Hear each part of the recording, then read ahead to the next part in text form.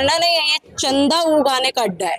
तो वो आके बोले यहाँ पर अंदर में आए, जैसे करुणाशील भंते जी आए, चंद्रकीर्ति भंते जी आए, बड़े बड़े भंते, सारनाथ के भंते आए, आज प्रगतिशील चंदिमा भंते। हर्ष बोधी भंते जी ने भी आरोप लगाया आपके ऊपर कि आप सिर्फ यहाँ चंदा उगाने के लिए बैठे हुए हैं धरने पर। तो कितने बार मीटिंग में आए हमारे, और च्यूअर का थोड़ा ख्याल करे, च्यूअर लगा कर, तो झूठ बोलना नहीं चाहिए और दलाली नहीं करना चाहिए। मैं सिंपल बात, आज 31 मार्च है और 48 दिन पूरे हो चुके हैं धरने को, और हमारे साथ आकाश लांबा जी हैं जिनके नेतृत्व में ये आंदोलन चल रहा है 48 दिन से, और लगातार यहाँ पर भीड़ बढ़ती जा रही है। साथ में मैं बता दूं कि भंते करुणाशील राहुल जी भी हैं और साथ में प्रज्ञाशील भंते जी भी हैं। तो इन तीनों लोगों से बातचीत करेंगे। सबसे पहले आकाश लांबा जी से सवाल ले लेते हैं। सर, 48 दिन हो गए हैं और इन 48 दिन को देखते हुए अभी तक सरकार का कोई भी फैसला आप लोगों की तरफ नहीं आया। देखिए, सरकार में हलचल है। सबसे पहले तो आपके चैनल मार्फत सभी को नमो बुद्धाय, जय भीम, और आपके चैनल को बहुत बहुत साधुवाद। 48 दिन जो हो गया है, काफ़ी हलचल है जी, काफ़ी हलचल है, और सरकार की तरफ से पहल भी है, काफ़ी खबर आई है, वो आपको कुछ दिनों में देखने मिलेगी। और सरकार भी सीरियस है।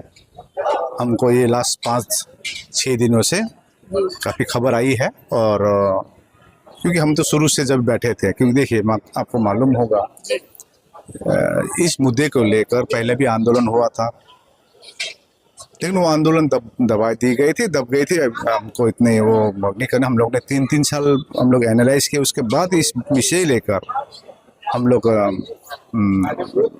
अपनी बात रख रहे हैं। शांति रैली के मार्फत हो या मीटिंग है हो या ज्ञापन के द्वारा हो, हम लोग कर रहे थे, लेकिन सरकार इतनी 2 साल में कुछ बात नहीं सुन रही थी, तो हमको ये अनशन में बैठना पड़ा 12 फरवरी से। तो अभी तो आप जानते हैं 12 फरवरी के बाद जो दिन के दिन आप जान रहे हैं, एवरीडे आप देख रहे हैं, तो फिर हम लोग शांति से 50 लोग ही बैठे थे हम लोग, ऐसा बात नहीं, और किसी को डिस्टर्ब नहीं किए थे, और हमारी बात रखनी थी। तो सोचे कि कुछ चंद भिक्खु है, और इस आंदोलन को या इस हमारे जो मांग को जो सरकार के पक्ष में रखे हैं हम लोग सामने, इसको अनेक तरीका से दिखाने की कोशिश भी कर रहे थे, ठीक है ना। लेकिन हम जो मांग रहे हैं, आपको क्लियर मालूम है कि बीटी एक्ट 1949 को निरस्त किया जाए। जिस प्रकार से मुसलमानों की मस्जिद हो या हमारे हिंदू भाइयों की मंदिर हो या गिरजाघर हो, क्रिश्चियनों की कोई कमेटी हुए रहते हैं, वही रहना चाहिए। तो हमारे बौद्धों को एक ही बचा हुआ जो बौद्ध स्थल है, इसमें बुद्धिस्ट ही रहना है, हमारी मुख्य मांग है। तो इसके लिए काफ़ी बातचीत चल रही है, और कुछ दिनों के बाद आपको देखने मिलेगी। और हम भी शुरू दिन से कह रहे हैं कि सरकार जल्द से जल्द एक परमानेंट सॉल्यूशन दे, क्योंकि देखिए एक छोटा सा सॉल्यूशन करेंगे, फिर उसके बाद, क्योंकि देखिए वहाँ पर क्लॉज 13 में लिखा है उसमें बीटी एक्ट का, देखें भविष्य में जाके 2 धर्मों के बीच में कुछ होता है तो उसमें सीएम का कॉल होगा। तो हम नहीं चाहते हैं, क्योंकि हम भारत में, हम भाईचारा में बैठते हैं, तो एक परमानेंट सॉल्यूशन हो। वो सॉल्यूशन तभी संभव होगी जब हम लोग बैठ के जब अपनी बात रखेंगे, वहाँ पक्ष रखेंगे। अब जैसे फॉर एग्जांपल कुछ दिन पहले यहाँ के जो आईबीसी है, उनके जो प्रेसिडेंट हैं, उन्होंने बोला बैठना है, हम लोग बैठे। हम लोग आप ही पहल कीजिए, हम तो वही चाहते हैं ना, हम तो लड़ाई झगड़ा नहीं चाहते हैं, कम से कम जवाब दे। हम लोग बैठेंगे, उसके बाद एक सॉल्यूशन में आएंगे। यहाँ तो कोई परमानेंट बैठने तो आया नहीं है, तो सरकार यदि अड़िग रहेगा तो इसमें सॉल्यूशन नहीं आएगी। तो हम लोग चाहते परमानेंट सॉल्यूशन, और उस सॉल्यूशन जल्द होगी। हमको जो खबर आ रही है जल्द होगी, और एक हम लोग जिस प्रकार से हम लोग हैं, भारत में रहे हैं हम लोग, हमारा धरती है, हम यहाँ जन्मे हैं, हम चाहते हैं कि हम यहाँ हिंदू, मुसलमान, सिख, ईसाई, जैन, पारसी, बौद्ध सब मिलके रहे यहाँ पर।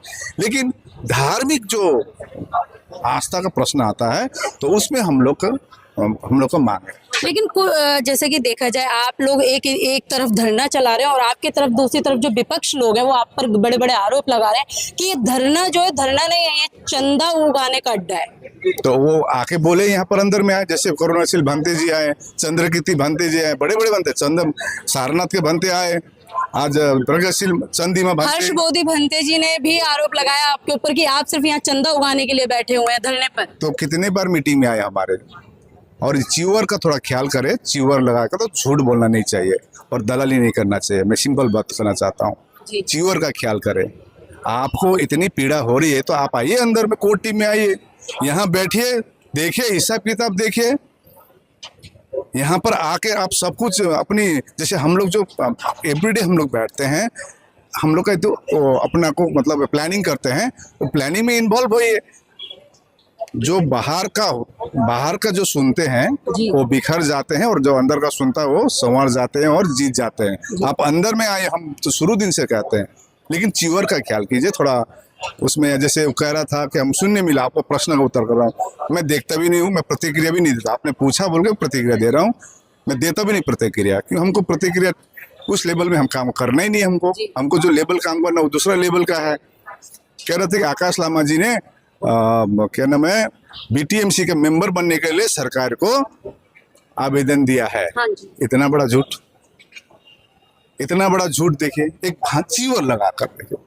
तो आपको ये वो कह रहे हैं अगर मैं गलत हूँ तो आप चौराहे पर खड़ा करके मेरे को जूतों की माला पहना करके मेरा चीवर उतार सकते हैं। देखिए, ऐसा बात है, ऐसा बात है। वो तो बहुत कुछ कह रहे हैं, उसको बहुत कुछ कह रहे हैं। उसका कुछ प्रतिक्रिया अभी तक मिला आपको? मेरे से नहीं मिला। या भांते से मिला या करुणाशील भांते से मिला? वो तो बनते प्रज्ञाशील जी पे भी आरोप लगा रहे हैं कई सारे। चंद्रकीर्ति भांते से मिला है, जो हम लोग का कोर्ट टीम में जी। विनय रोखीती से मिला, जो बनते हैं नागपुर के। हम लोग, आप तो हम चाहते हैं कि आप कोर्ट टीम में आए, और कोर्ट टीम में आके इस आंदोलन को और मजबूती दे। हम तो ये पर्सनली चाह रहे हैं, आप कोर्ट टीम में आकर इस आंदोलन को मजबूती दे, और जो 134 साल से जो मूवमेंट है इसको सफलता पे ले जाए। हम तो पर्सनली बोल रहे हैं, ओपनली आपको कैमरे के सामने बोल रहे हैं, लेकिन बाहर बैठकर, ठीक है ना, अंदर नहीं आकर बाहर बैठकर जब आप बोलते हैं। और दूसरी बात, और तीसरी झूठ, इनविटेशन नहीं है। मोबाइल यही है, आपको दिखा दूंगा कितना इनविटेशन है। हालांकि जो बातचीत हुई है इसका रिकॉर्डिंग मैं नहीं करता, मेरा उसूल नहीं है कि मैं वॉइस रिकॉर्डिंग करूं। ये हमारी धम्मा सिखाती, प्रतिक्रिया मत करो। मैं प्रतिक्रिया नहीं करता हूँ, मैं डॉक्टर नहीं लिखता हूँ। क्यों? घमंड नहीं होना चाहिए। तीसरी बात हुआ, आप जो कम से कम व्हाट्सअप, तो इसका व्हाट्सअप का आप दिखा सकता हूँ। तो ये झूठ ना बोले, अंदर में आए, अंदर में आकर कोर्ट टीम में आए, कोर्ट टीम में आकर अपनी जितनी, जैसे आज मान लीजिए, आज सुबह आप देख रहे थे हम लोग मीटिंग के, सुबह 9 बजे से अभी 11 बजे तक मीटिंग किए। अब जो बात आई है इसका क्या प्लानिंग है, हम लोग का क्या करना है? क्योंकि हम तो यहाँ खाना खाने, यहाँ पर सोने के लिए तो आए नहीं है। हमारा तो मुद्दा है इम्पोर्टेंट। वो तो ये कह रहे हैं कि धरने पर जो लोग बैठते हैं वो रात को चले जाते हैं, और जो लीड कर रहे हैं वो भी चले जाते हैं, और सुबह मॉर्निंग में आते हैं। धरने का मतलब है कि दिनों रात उसी जगह बैठा रहना। तो वो कितनी बार आया पता है ना? वो क्या जानते हैं अंदर की बात?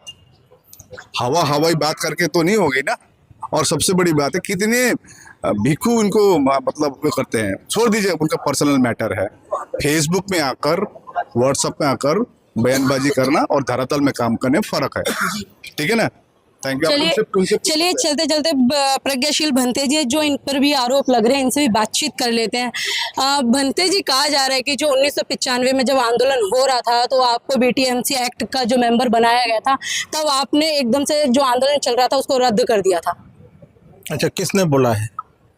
आरोप किसने लगाया? भंते जी, जो विपक्ष है आपका, वो ऐसे है, कोई भी आदमी अगर आसमान की ओर मुंह करके थूकेगा ना, तो वो थूक उसी के मुंह पे गिरेगा, जो भी बोलेगा। तो आरोप लगाने के लिए दुनिया है। तो आपने 1995 में आंदोलन क्यों खत्म किया था? ऐसे हमने नहीं किया, हमारे गुरु लोगों ने आंदोलन चलाया और उन्होंने खत्म किया। हम तो अभी भी आंदोलन में खड़े हैं, हम कभी आंदोलन से पीछे नहीं हटे, लगातार चल रहा है। उस समय से, जब से मैं बनते बना हूँ तब से आंदोलन में ही हूँ, और अभी भी आंदोलन में खड़ा हूँ। भंते करुणाशील राहुल जी से भी बात कर लेते हैं। भंते जी, लगातार कुछ लोग और भी बोल रहे हैं कि जो भंते राहुल हैं उनके नेतृत्व में, मतलब लांबा जी के साथ में मिलकर के वो फंड इकट्ठा करते हुए नजर आ रहे हैं। क्या आंदोलन बिना फंड के चलेगा? हमें आंदोलन कैसे चलाना है, उसके लिए क्या चाहिए? समर्थक लोग उसकी परवाह करते और देते भी हैं, और लेना भी पड़ता है। क्या बिना खाना खाए लोग बैठ पाएंगे? लेकिन वो ये कह रहे हैं कि ऑल बुद्धिस्ट जो बना हुआ है फॉर्म उसका अकाउंट होना चाहिए। आकाश लांबा जी के अकाउंट में जा रहा है, भंते करुणाशील राहुल जी के अकाउंट में जा रहा है, प्रज्ञाशील जी के क्या कहते हैं अकाउंट में जा रहा है, या बात कर विनाचार्य जी की तो उनके भी अकाउंट में जा रहा है। यानी कि कोई एक अकाउंट नहीं है, सबके अलग अलग अकाउंट है और सब अलग अलग से इस धरने के नाम पर पैसे इकट्ठा कर रहे हैं। मैं ये कहता हूँ जो लोग बाहर बैठे हैं वो ज्यादा चिंता क्यों कर रहे हैं? ये चिंता तो हमें करनी चाहिए कि लामा जी के खाते में जा रहा है, बंते जी के में जा रहा है, मेरे में जा रहा है। ये तो आप लोगों के उपासक ही कर रहे हैं ना चिंता। सुनिए, जो बाहर बैठ के चिंता कर रहा है उनको करने दो, जो अंदर बैठा है उन्हें मालूम है कि हकीकत क्या है। देखिए, किसी पर आरोप लगाना बहुत आसान है लेकिन उस पर टिके रहना बड़ा मुश्किल है। हम प्रतिक्रिया के लिए नहीं खड़े, हम एक लक्ष्य लेके खड़े हैं कि बीटी एक्ट 1949 निरस्त करवाना है। हमारा ध्यान वहाँ पर है। और जो ये बात करता है यहाँ झाड़ू नहीं लगी, ये पैसा कहाँ गया, किसके खाते में गया, ये भटकाने वाला प्रयास है। और हम इस बात से बिल्कुल सजग है, जब भी कोई व्यक्ति नेतृत्व करता है, आंदोलन करता है, उस पर बुनियादी इस प्रकार के आरोप अवश्य लगते हैं। और इसके लिए हम सब लोग मानसिक रूप से प्रिपेयर हैं, इसलिए हमें इसकी कोई फिक्र नहीं। धन इकट्ठा कर रहे हैं, खाते में ले रहे हैं, खा रहे हैं, कहाँ सो रहे हैं, कहाँ जा रहे हैं, ये उनका काम नहीं। हमें मालूम है कि कहाँ सोना है, हमें मालूम है कहाँ बैठना है, हमें मालूम है कि कब उठना है, हमें मालूम है कब बोलना है। उनकी प्रतिक्रिया कर करके हम लक्ष्य से भटक ना जाएं, इसलिए हम किसी की प्रतिक्रिया का कोई जवाब नहीं देना चाहते। आप धरने के बारे में पूछिए, हम बताएंगे। हमारी रणनीति के बारे में पूछिए, हम बताएंगे। अपने लक्ष्य के बारे में पूछिए, हम बताएंगे। और मैं तो इतना करूँगा, लास्ट में इतना कहना चाहता हूँ, ऑल इंडिया बुद्धिस्ट फोरम का अकाउंट नंबर है। छोड़ी जिसको फिक्र है वो यहाँ आए, बैठे और ध्यान से देखे, तब पूछे। दूर बैठकर देखने में संदेह ही होता है। दूर से पहाड़ हरे हरे दिखते हैं, नजदीक जाते हैं तो पत्थर पत्थर दिखते हैं। तो हमें पता है कि ये पहाड़ हरा है या पत्थर है, हम वो कोई परवाह नहीं करते। हम मकसद के लिए काम कर रहे हैं, मकसद करेंगे। चलिए, आखिरी में चलते चलते एक और सवाल ले लेते हैं भंते जी से कि भंते जी, अगर बीटीएमसी एक्ट 1949 अगर रद्द नहीं होता तो आप लोगों की आगे की रणनीति क्या होगी उसके लिए? धरना जारी रहेगा जब तक रद्द नहीं हो जाता, तब तक कुछ सोचना ही नहीं है। धरना लगातार चलेगा, संघर्ष लगातार चलेगा। लेकिन देखा जाए कि जल्दी में अब जो बिहार के भी इलेक्शन आने वाले हैं, ऐसे में धारा 144 लग जाती है और उसके बाद तो फिर धरना भी नहीं चल सकता। लग जाती है, पुलिस का काम है, प्रशासन का काम है, क्या करेगा क्या नहीं करेगा। हमारा काम एजिटेट करना है, आंदोलन करना, हम करेंगे। क्या परिस्थितियाँ होंगी वो आएंगे तब बताएंगे। जब परिस्थितियाँ आई नहीं तो उसके बारे में चिंता क्यों करें? अभी बरसात आई नहीं, हम अभी आज चिंता क्यों करें? वो आएगी जब देखेंगे, जब परिस्थितियाँ बनेगी तब देखेंगे। कुछ कहेंगे चलते चलते, मतलब जाते? मैं तो यही कहूँगा, जो भी नागवंशी टीवी को देख रहा है वो इस आंदोलन को समझे और हमारे पक्ष में खड़ा होकर के हमारी ताकत बने।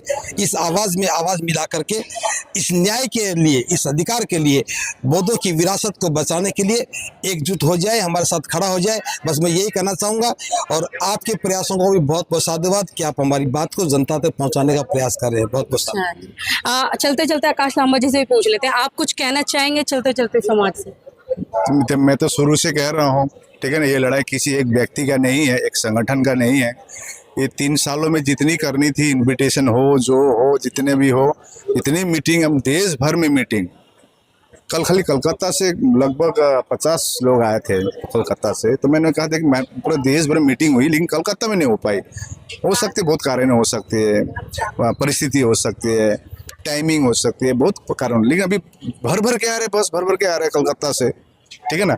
तो कहना क्या है, जितनी करनी थी किए हैं। अब ये लड़ाई सबकी है। आप आइए, जो कह रहे हैं बाहर बैठकर लांछना लगा रहे हैं, उनको भी नियम उत्तर है। आप आइए, कोर टीम में आइए, डिस्कस कीजिए, लेकिन अच्छे मन से आइए, बुरे मन से नहीं। कोई हिडन एजेंडा नहीं होना होगा। हमको मालूम है, हम उस धम्म से आते हैं जहाँ पर करुणा, मैत्री। भंते को तो ऐसा करके ऊंची आवाज बोलना भी नहीं चाहिए। सबसे बड़ी बात तो यह है, ऊंची आवाज नेताओं की तरह बड़ी बड़ी बात भी नहीं करनी चाहिए, नम्रता होनी चाहिए। धन्यवाद आपको।